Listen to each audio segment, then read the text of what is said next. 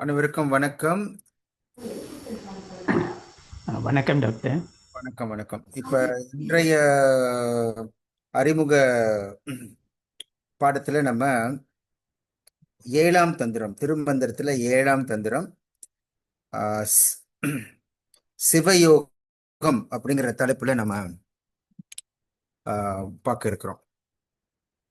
ஆஹ், சிவயோகம்னு சொல்றதுனால இது நெருங்கிய தொடர்பு, ஆஹ், சிவனோட நெருங்கி இருக்கிறது எப்படி அப்படிங்கிற மாதிரி ஒரு நெருங்கிய தொடர்புல இருக்கு அப்படின்னு நம்மளால புரிஞ்சு கொள்ள முடியுது. அதே நேரத்துல திருமூலர் வந்து என்னென்னலாம் இதன் மூலம் நமக்கு சொல்ல வராரு, எந்தெந்த முக்கியத்துவம் கொடுக்குறாரு அப்படிங்கிறதையும் நம்ம புரிஞ்சு கொள்ள வேண்டியிருக்குது. ஸோ அந்த அடிப்படையில்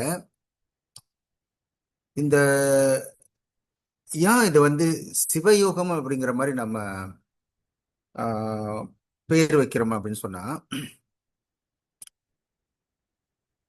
ஏற்கனவே எல்லாருக்கும் தெரியும் நம்ம ஆஹ், நம்மளோட உடல்ல 6 ஆதாரங்கள் இருக்கு. அப்புறம் உடல் கடந்து 7வது ஆதாரமாக துரியம், துரிய அதீதம் அப்படின்னு இருக்கு அப்படின்னு தெரியும். சமயத்துல சகஸ்ர தலம் அப்படின்னு சொல்லுவாங்க. அப்படி 6 ஆதாரங்கள் அடிப்படையில நம்ம ஓரளவு நம்மளுக்கு பக்குவம் வந்திருக்கணும். தியானத்துல இறைவனை தரிசிக்கக்கூடிய ஒரு பக்குவம் நம்மளுக்கு வந்திருக்கணும். அகத்திலையும் புறத்திலையும் சிவத்தை உணரக்கூடிய பக்குவம் வந்திருக்கணும்னு சொல்லுவாங்க. இந்த இடத்துல சிவத்தை உணரக்கூடியது வந்து புறத்துல ஒரு பக்கம் இருந்தாலும் அதிகமாக அகத்துல தான் அதை நம்ம உணரணும். அந்த அடிப்படையில இறைவனுடைய வடிவங்கள்ல லிங்க வடிவம் மிக முக்கியமாக கூறப்பட்டு, அந்த லிங்கங்கள் அவருடைய தத்துவத்தை விளக்கக்கூடியதாக இந்த தந்திரம் அமைது. இப்ப சிவ தத்துவத்தை விளக்க வரும்போது லிங்கங்களுடைய தத்துவத்தையும் சேர்த்து விளக்குற மாதிரி, லிங்கங்கள் என்னென்ன லிங்கங்கள் இருக்கு. உதாரணத்துக்கு அண்டலிங்கம், இந்த பிரபஞ்சம் முழுதும் வந்து ஒரு அண்டலிங்கமாக பார்க்கப்படுது. அது சமயத்தில் நமது உடல் பிண்டலிங்கம் அப்படின்னு பார்க்கப்படுது. அண்டலிங்கம் பிண்டலிங்கம், அண்டம் பிண்டம். அண்டத்தில் உள்ளது பிண்டத்தில் உண்டு, பிண்டத்தில் உள்ளது அண்டத்தில் உண்டு அப்படின்னு பொதுவான ஒரு வாக்கியம் சொல்லுவாங்க. இது என்ன காரணம்னா, நமது உடலுங்கிறது மாயா தத்துவத்தின் மூலமாக இறைவன் அருளிய ஒரு பொருளாக இருந்தாலும், அந்த உடலுக்கு தேவையான அடிப்படை மாயா தத்துவத்திலிருந்து வர்றதுனால, அந்த மாயா தத்துவத்தின் மூலம் தான் அந்த பிரபஞ்சமும் படைக்கப்பட்டிருக்கிறதுனால, இந்த இந்த அண்ட சராசரங்கள் எல்லாம் படைக்கப்பட்டிருந்தனால, இந்த அண்ட சராசரங்கள்ல இருக்கிற அந்த இறைவனுடைய ஆற்றல் தான் நமது உடல்லையும் அடக்க வைக்கப்பட்டிருக்கிறது. அப்படிங்கிறதுனால அண்டத்தில் உள்ளது பிண்டத்தில் உண்டு, பிண்டத்தில் உள்ளது அண்டத்தில் உண்டு அப்படின்னு சொல்லுவாங்க. அல்லது இந்த இடத்துல குறிப்பா லிங்கம்ங்கிற அடிப்படையில் பிரபஞ்சம் முழுதும் பார்க்கும்போது அண்டலிங்கமாகவும், நமது உடலை பார்க்கும்போது பிண்டலிங்கமாகவும் சொல்றது வழக்கம். அதுக்கு அடுத்து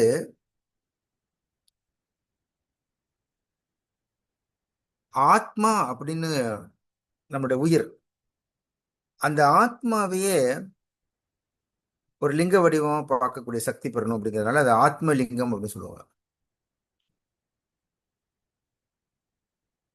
ஆத்மாவே ஒரு லிங்க வடிவத்துல ஆத்மலிங்கமாக பார்க்கக்கூடிய ஒரு தன்மை பெறணும் அப்படின்னு சொல்லுவாங்க.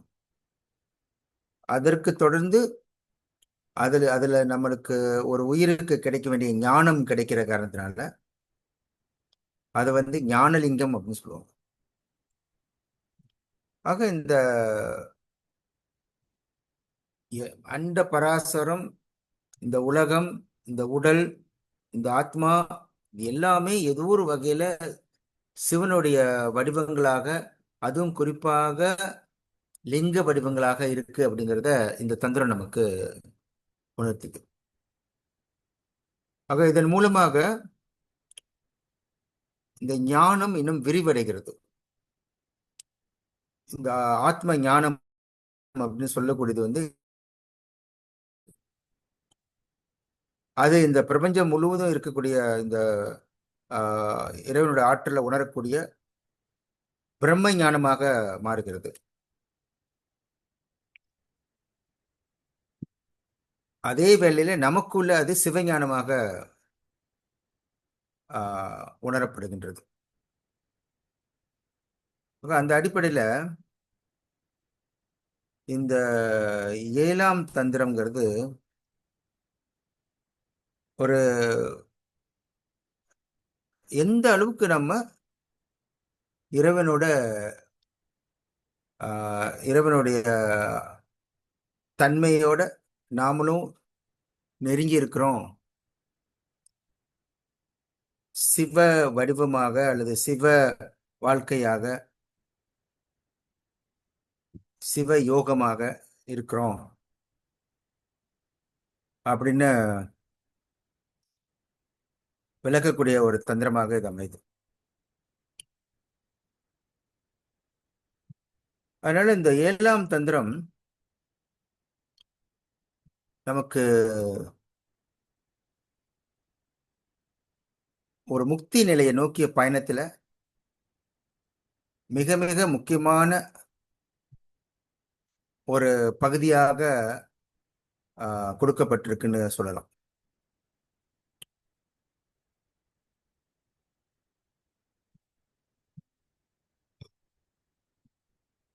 இந்த 7ஆம் தந்திரத்துல இருக்கிற தலைப்புகள்லாம் பார்த்தீங்கன்னா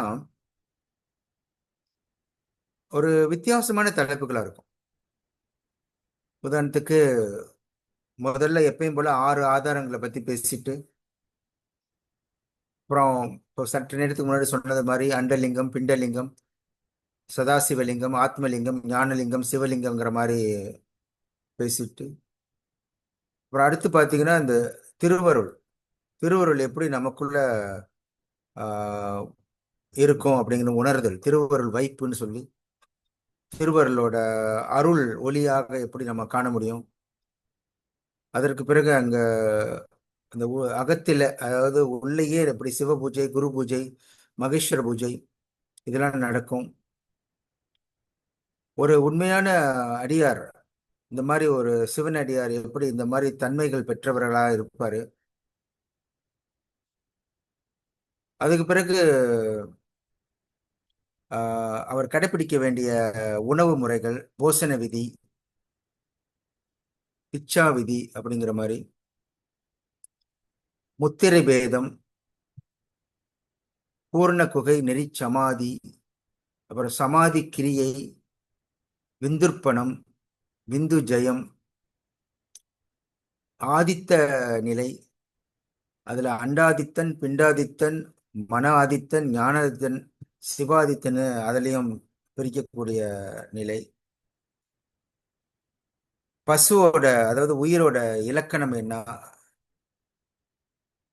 அங்க அந்த உயிருக்கு என்னென்ன பெயர் இருக்கு. உதாரணத்துக்கு மாயா தத்துவத்துல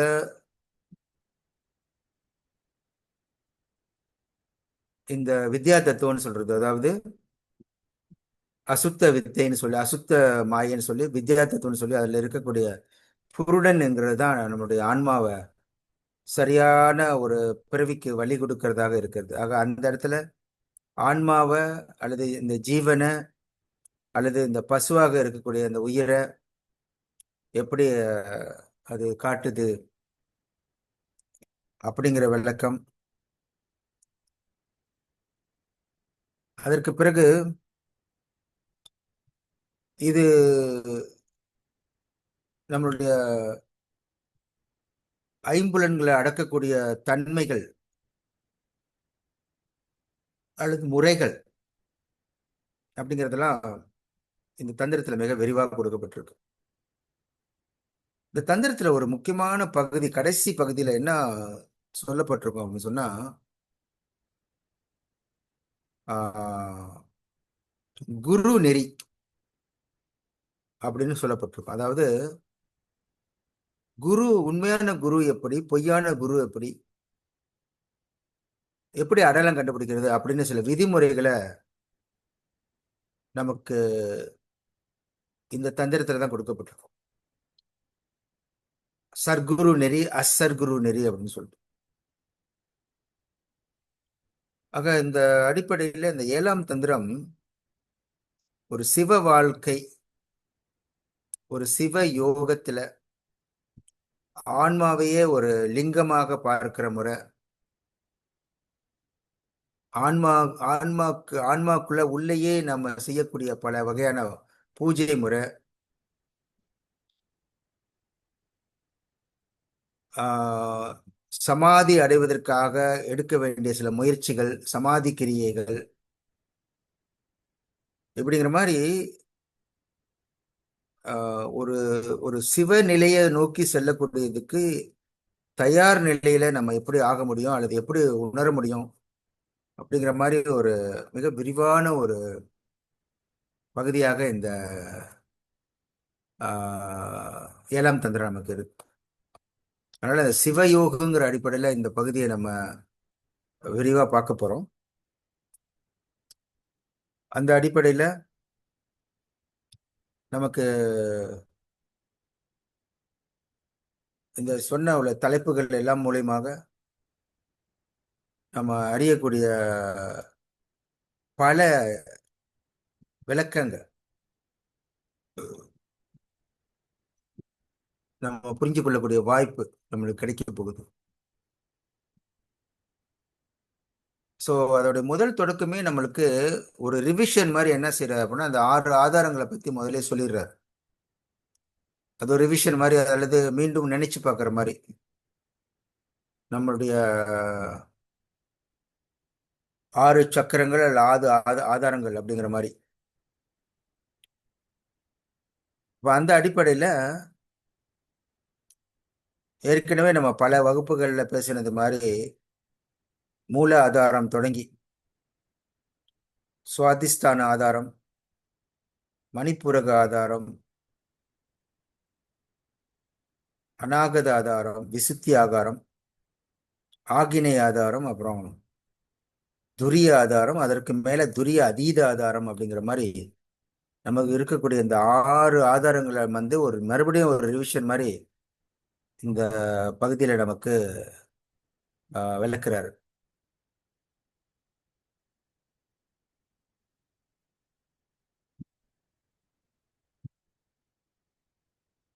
ஆக அந்த அடிப்படையில இந்த சிவயோகம் வருது ஒரு ரொம்ப டெக்னிக்கலான சப்ஜெக்டா இருக்கு. அவ்வளவு எளிதாக சாதாரணமா புரிஞ்சு கொள்ள முடியாது. மேலோட்டமா பார்த்தோம்னா ஏதோ புரியுற மாதிரி தெரியும். ஆனா யாருக்கு ஓரளவு பக்குவ நிலை அடைஞ்சிருக்காங்களோ, யாருக்கு ஓரளவு ஞான நிலையை நோக்கி பயணிக்கிறாங்களோ, அவங்களால மட்டும்தான் இந்த 7ஆம் தந்திரத்தோட தத்துவத்தை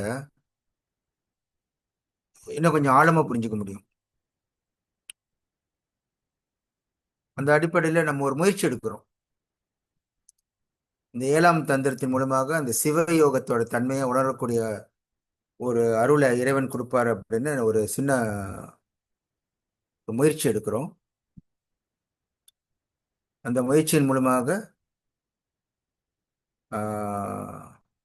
நாம் இந்த 7ஆம் தந்திரத்தை அல்லது இந்த சிவயோகத்தை புரிஞ்சுக்கக்கூடிய வாய்ப்பை பெற முடியும் அப்படின்னு நம்ம நம்புறோம். இது குறித்து பல சொற்பொழிவுகள் வந்து ஏற்கனவே நடந்திருக்குது. நம்ம அர்த்தஞானம் மூலியமா ஏற்பாடு பண்ணலாம் செஞ்சிருக்கிறாங்க. மேலோட்டமா அந்த வகுப்பு அந்த அந்த அந்த அந்த வகுப்பு கடைபிடிச்சு அந்த அந்த வகுப்புக்கு வந்து போனவங்க இருக்கிறாங்க தான். இருந்தாலும் இன்னும் ஆழமாக ஒரு ஏற்கனவே அது மாதிரி வகுப்புல கலந்திருந்து அது ஒரு இன்னொரு மீள் பார்வை மாதிரி, இன்னொரு ரிவிஷன் மாதிரி ஆஹ், புரியக்கூடியதாக ஒரு வாய்ப்பை தான் இந்த பகுதி நமக்கு ஏற்படுத்த இருக்கிறது. அந்த அடிப்படையில் நம்மளுக்கு ஒரு உண்மையான ஆன்மீக பயணத்தில் இந்த ஒரு ஒரு டெக்னிக்கலான ஒரு ஆன்மீகத்தில் இருக்கக்கூடிய டெக்னிக்காலிட்டி அதை புரிந்து கொள்ளக்கூடியதாக ஒரு வாய்ப்பாக இந்த பகுதி அமைது அப்படிங்கிறத சொல்லி, இந்த பகுதியை நம்ம அடுத்த வாரம் இன்னும் ஆழமா போக முன்னாடி இந்த சிவயோகத்தை குறித்து யாருக்காவது ஏதாவது ஒரு விளக்கம் தேவை, இன்னும் கொஞ்சம் புரியல, இன்னும் புரியல அப்படிங்கிற மாதிரி இருந்தீங்கன்னா ஒரு சில கேள்விகள் கேட்டீங்கன்னா அதன் மூலியமா நம்ம பகிர்ந்து கொள்ளக்கூடிய வாய்ப்பு இருக்குது. அதனால ஒரு சில கேள்விகள் வந்து இந்த சிவயோக பகுதியில் இருக்கக்கூடிய கேள்விகளை சொல்லுங்க.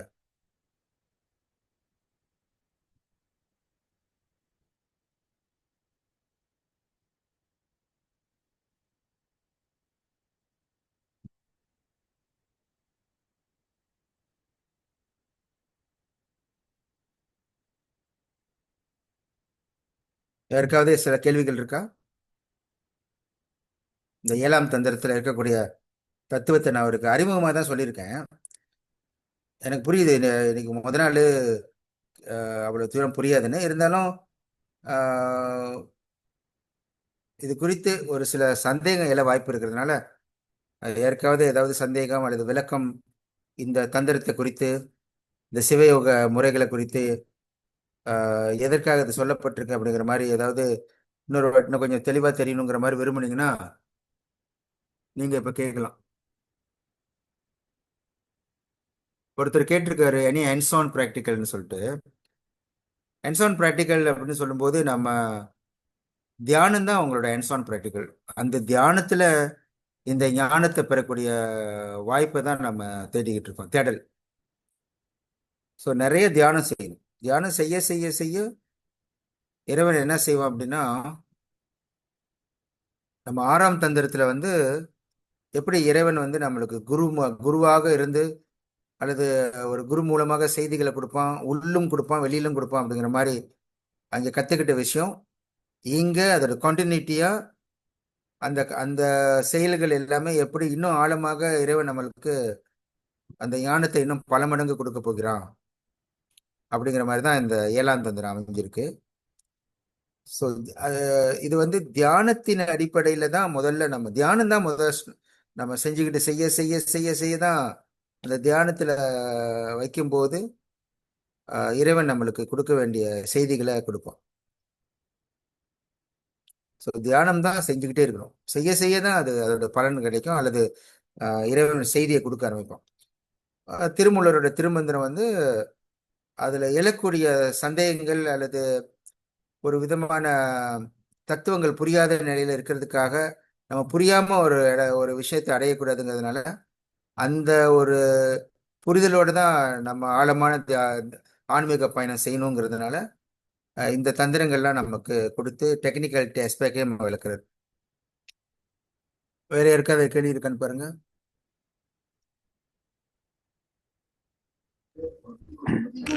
டாக்டர் ஆ மனோரன் ப்ரீவியஸ் கிளாஸ் நம்ம வந்து 5ஆம் தந்திரம் ஸ்பிரிச்சுவல் ஜெர்னி தான் முடித்தோம். ஆ இப்போ இந்த 7ஆம் தந்திரம் கிளாஸ் வந்து இஸ் இட் ஃபார் பீப்புள் 6ஆம் தந்திரம் முடித்தவங்களுக்கா இல்லை நம்ம என்ன செய்யறோம்னா எப்பயுமே 2 தந்திரமா தான் கொண்டு வரோம். ஏன்னா ஒவ்வொரு தந்திரமா போனோம்னா ரொம்ப நாள் எடுக்குங்கிற காரணத்தினால தான் நம்ம 2 தந்திரத்தை இணைச்சு கொடுத்துட்டே கொண்டு வரோம். போன தடவை வந்து 4ஆம் தந்திரம் 5ஆம் தந்திரம் கொடுத்துருந்தோம். அந்த வகுப்பு இப்போ ரிப்பீட் ஆகுது. ஏற்கனவே கலந்து கொள்ள முடியாதவங்களுக்காண்டி அந்த அந்த வகுப்பு இப்போ மறுபடியும் ரிப்பீட் ஆகுது. இப்போ இது வந்து அந்த போன வாட்டி 4ஆம் தந்திரம் 5ஆம் தந்திரம் முடித்தவங்களுக்கு அடுத்த 2 தந்திரமாக 6ஆம் தந்திரம் 7ஆம் தந்திரங்கிற மாதிரி இப்ப அடுத்த கட்டத்துக்கு போய்கிட்டு இருக்கோம்.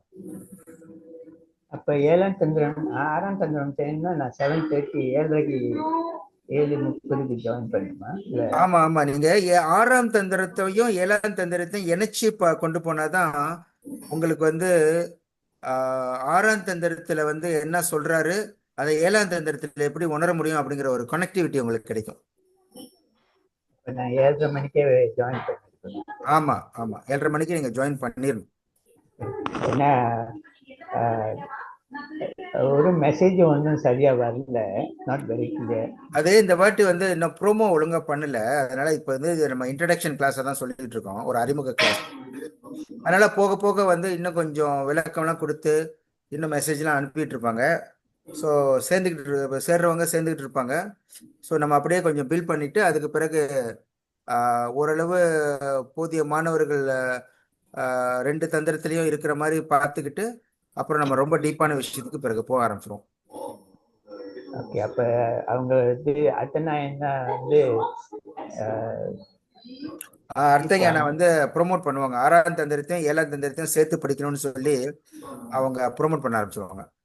அப்ப கிளாஸ் வந்து வியாழக்கிழமை தான் நடக்குங்களா?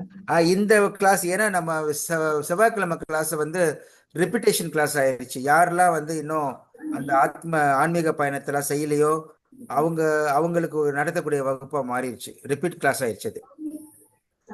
அப்ப 6வது 7வது தந்திரம் வந்து வியாழக்கிழமை நடக்கும். வியாழக்கிழமையில கரெக்ட். ஓகே, நன்றி டாக்டர். சரி, நன்றி. வேற யாருக்காவது இன்னும் விளக்கம் தேவையா அந்த வகுப்பு குறித்தோ அல்லது இந்த தந்திரங்களை குறித்தோ ஏதாவது விளக்கம் தேவையா கேளுங்க. வணக்கம் சார். வணக்கம்மா. இந்த ஆறாம் தந்திரம் ராஃப் ஸ்கோப் கம்பேர் டு ஏழாம் தந்திரம் வந்துட்டு இதுல ஏழாம் தந்திரம் வந்து குவைட் பிக்கா இருக்கு. ஸோ ஆமா, டூரேஷன் வந்துட்டு சேம் எவ்வளவு நாள்? சேம் தான். ஏன்னா ஆறாம் தந்திரம் வந்து நம்மளை ப்ரிப்பேர் பண்ணக்கூடிய தந்திரமா அமையுது. நம்மளோட மெச்சூரிட்டி, நம்மளுடைய ஸ்பிரிச்சுவல் மெச்சூரிட்டியை இம்ப்ரூவைசேஷன் பண்ணக்கூடியதா இருக்கு. ஸோ அங்க அங்க வந்து தந்திர டைட்டில் குறைவா இருந்தாலும் அங்க நம்ம நிறைய தேடல்கள் தேட வேண்டியிருக்கு, பக்குவம் அடைய வேண்டியிருக்கு. அப்படிங்கிறதுனால அங்க கொஞ்சம் நேரம் எடுக்கும். அந்த பக்குவத்துக்கு ஏற்ற மாதிரி தான் ஏழாம் தந்திரத்துல இன்னும் டெக்னிக்கலான ரொம்ப சப்ஜெக்ட் சொல்லும்போது அந்த பக்கம் இருந்தால் தான் டெக்னிக்கல் சப்ஜெக்டை ஏழாம் தந்திரத்தில் இருக்கிறத புரிய முடியும். அதனால தான் கம்பைனாக கொண்டு போகணும் ரெண்டையும்.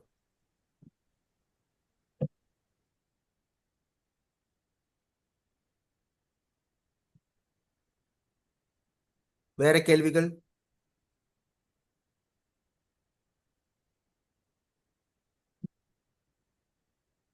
செல்வராஜ் ஏதோ கேட்க நினைக்கிறீங்களா? உங்க மைக் ஆன்ல இருக்கு. ஆக்சுவலி ப்ரோ நான் வந்து நினைக்கிறேன் 4 5 தான் ஜாயின் பண்ணணும்னு இருக்கிறேன். ஏன்னா போன போன வாட்டி வந்து நான் அவ்வளோ ஜாயின் பண்ண முடியல. ஆ ஸோ இப்போ நான் வந்து 4 5 ஜாயின் பண்ணும்போது தேர்ஸ்டே வந்து இந்த 6 7 ஜாயின் பண்ணலாம் மேடம் ப்ரோ. செய்யலாமே, ஒன்றும் பிரச்சனை இல்லையா. நீங்க செவ்வாய்க்கிழமை கிளாஸ் ஜாயின் பண்ணிட்டு வியாழக்கிழமை கிளாஸ்ல ஜாயின் பண்றதை பத்தி பிரச்சனை இல்லை. Okay bro. ம் இன்னொரு கேள்வி ப்ரோ, முதல்ல வந்து ம் நீங்க இந்த பிரபஞ்சத்தை பத்தி சொல்லியிருந்தீங்க. ம் இந்த பிரபஞ்சத்து நம்ம சிந்திக்கிற விஷயம் வந்து இந்த பிரபஞ்சம் அதாவது கொடுக்கும் அப்படின்னு வந்து ஒரு சிலர் சொல்றாங்க. ம். அது எந்த அளவுக்கு உண்மை ப்ரோ? இப்ப கொஞ்ச நேரத்துக்கு முன்னாடி நான் வந்து உங்களுக்கு அண்டலிங்கம் பிண்டலிங்கம்னு சொல்லி விளக்கம் கொடுத்தேன் தெரியுமா? ஆமா இந்த பிரபஞ்சத்துல வந்து சிவபெருமான் சிவ வடிவம் வந்து அண்டலிங்கமா இருக்கு, நம்மளோட உடல்ல வந்து பிண்டலிங்கமா இருக்கு. ஆமா அண்டத்துல இருக்கிறது தான் பிண்டத்துல இருக்கு, பிண்டத்துல இருக்கிறது தான் அண்டத்துல இருக்கு. ஆமா இன்னும் சயின்டிஃபிக்கா போனோம்னா ஆஹ், நம்ம உடல்ல இருக்கக்கூடிய சில bio magnetic bio electro magnetic நம்ம உடல்ல உருவாகிக்கிட்டு இருக்கு. உயிர் சார்ந்து அல்லது பயாலஜி சார்ந்து ஒரு எலக்ட்ரோ மேக்னெட்டிக் ஃபோர்ஸ் நம்ம உடம்புல இருக்கு. இந்த என்டையர் யூனிவர்ஸ்ல வந்து யூனிவர்சல் எலக்ட்ரோ மேக்னெட்டிக் இருக்கு. ஸோ ஓகே நம்ம உடல்ல இருக்கிற பயோ மேக்னெட்டிக்கும் யூனிவர்ஸ்ல இருக்கிற எலக்ட்ரோ மேக்னெட்டிக்கும் ஒரு தொடர்பை ஏற்படுத்துகிற சக்தி தான் இந்த தியான சக்தி.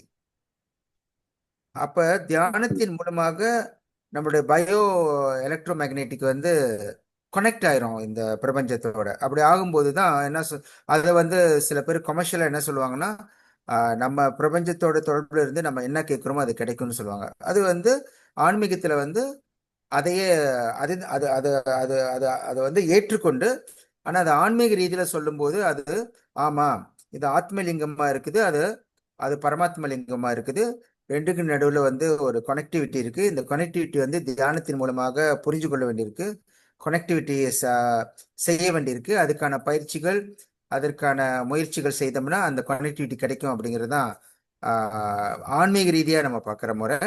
அதை கமர்ஷியலாக பார்க்கும்போது உதாரணத்துக்கு சில பேர் வந்து சில கோர்சஸ் செய்வாங்க. எப்படி செய்வாங்க அப்படின்னா, லா ஆஃப் அட்ராக்ஷன் அப்படிலாம் செய்வாங்க.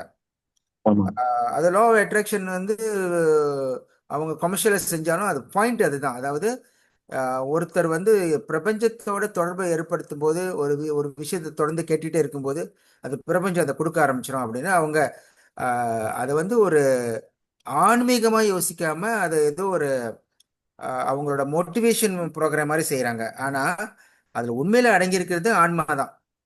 இந்த ஆன்மா தான் கனெக்ட் ஆகுது பிரபஞ்சத்தோட. இந்த பிரபஞ்சம் தான் மறுபடியும் அந்த ஆன்மாவோட கனெக்ட் ஆகுது.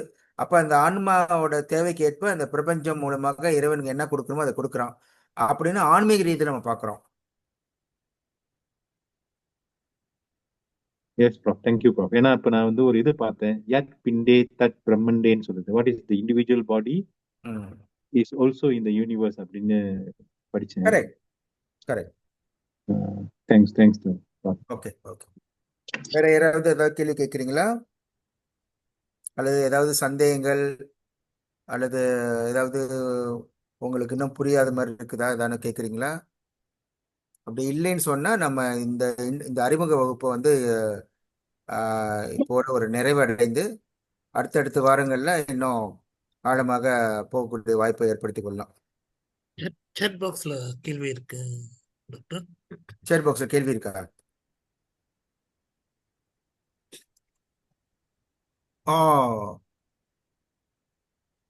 seems to be seeking சன்னியாசி and சமாதி அப்படின்னு கேட்டிருக்காங்க.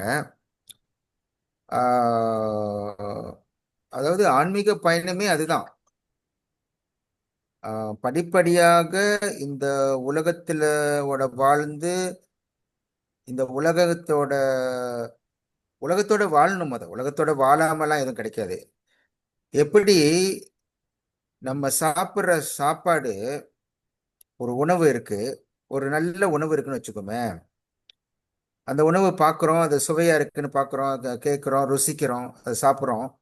அது சாப்பிட்றதுக்கு முன்னாடி ரொம்ப அழகா இருக்கு அந்த உணவு. அந்த உணவு வந்து வாயில போட்ட உடனேயே அது பல்லு அரைச்சி அது வயிற்றுக்குள்ள அனுப்பிடுது. அது அந்த சற்று நேரத்துக்கு முழுக்க மிக அழகாக ஜோடிக்கப்பட்ட அந்த உணவு இப்போ கொஞ்ச நேரத்தில் வயிற்றுல போன உடனே இப்போ அந்த உணவை வாந்தி எடுத்தோம்னா அந்த வாந்தி வந்து நம்ம சாப்பிட மாட்டோம், ஏன்னா அது வந்து அடுத்த ப்ராசஸ் போயிடுச்சு. ஆனால் சற்று நேரத்துக்கு முன்னாடி அழகாக இருந்த ஒரு கேக் எடுத்துக்கோமே, ஒரு கேக் வந்து ரொம்ப அழகாக இருக்கு, அழகாக ஜோடிச்சு எல்லாம் வச்சிருக்காங்க. இப்போ அந்த கேக்கை சாப்பிட்றாரு ஒருத்தர், சாப்பிட்டுட்டு வயிற்றுக்குள்ளே போயிடுச்சுன்னா இப்போ அந்த வயிற்றுலேருந்து வாந்தியை வெளிவந்த அதை சாப்பிட முடியாது, அதை ஏற்றுக்க முடியாது. ஆனால் அந்த வெளியில பார்த்த அந்த கேக்கு தான் இப்போ வந்து அரைப்பட்டு பல்லில் அரைச்சி இப்போ வயிற்றுக்குள்ள போயிருக்கு அப்படிங்கிறத மறக்கவும் முடியாது. ஆனா மாறுதல் நடக்க ஆரம்பிச்சிருச்சு, ஒரு ப்ராசஸ் இருந்து அடுத்த ப்ராசஸ் போக ஆரம்பிச்சிருச்சு. அப்படிதான் ஸ்பிரிச்சுவாலிட்டியும். இந்த உலகத்தோடு தான் முதல்ல நம்ம வாழணும், இந்த உலகத்தோட நிலைகள்ல தான் நம்ம புரிஞ்சுக்கிட்டு வாழணும். ஆனா படிப்படியா இந்த உலகம்ங்கிறதே வந்து இறைவனுடைய படைப்பு தான். அந்த உலகத்துல வந்து இறைவனுடைய ஆற்றல் அடங்கியிருக்கு, அதுல தான் நாமும் இருக்கோம். ஆக அந்த உலக வாழ்க்கையோட ஒட்டி, ஆனா அதே சமயத்துல ஸ்பிரிச்சுவலாகவும் being. We are not physical, we are spiritual being. Physical is only supporting component, but we are not the physical. Physical is மாயா தத்துவம், பட் நம்ம வந்து ஆன்ம தத்துவம். மாயா தத்துவம் இருந்தால் தான் ஆன்ம தத்துவத்துக்கு உதவியா இருக்கு. ஆனா ஒரு கட்டத்துல வந்து இந்த மாயா தத்துவம் இல்லாத நிலையை கடந்து தான் அந்த ஆன்மா டிராவல் பண்ண வேண்டியிருக்கு. ஸோ இது வந்து ஒரு டீப்பான சப்ஜெக்ட் தான். இருந்தாலும் நம்ம உதாரணத்துக்கு நம்ம உடனடியாக சன்னியாசி ஆனாதான் இதெல்லாம் முடியும், அப்படி அர்த்தம் வராது. இந்த ப்ராசஸை உணர்ந்து கொள்றதுக்கு நமக்கு கொடுத்துருக்கிறாரு பல விளக்கங்கள், திருமந்திரம் கொடுக்குது அப்படிங்கிற மாதிரி அதை புரிஞ்சுக்கணும் அப்படிங்கிற மாதிரி தான் இந்த பாடங்கள் அமைஞ்சிருக்கு. சரியா?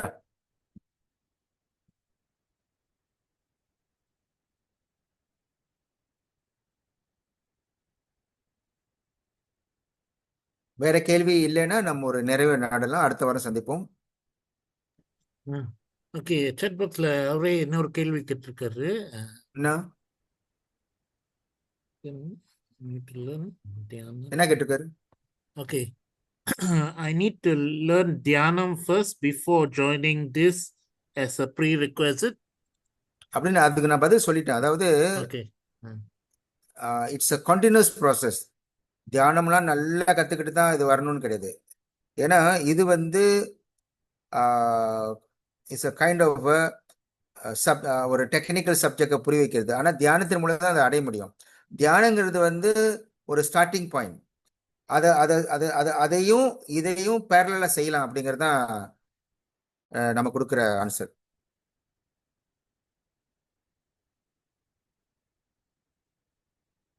ஓகேயா? Okay doctor. சரி, வேற கேள்விகள் இல்லைன்னா நம்ம அடுத்த வாரம் சந்திப்போம். அனைவருக்கும் அடுத்த நன்றி. வாரம் பொங்கல் கிளாஸ் இருக்குமா? ஓ, பொங்கலா?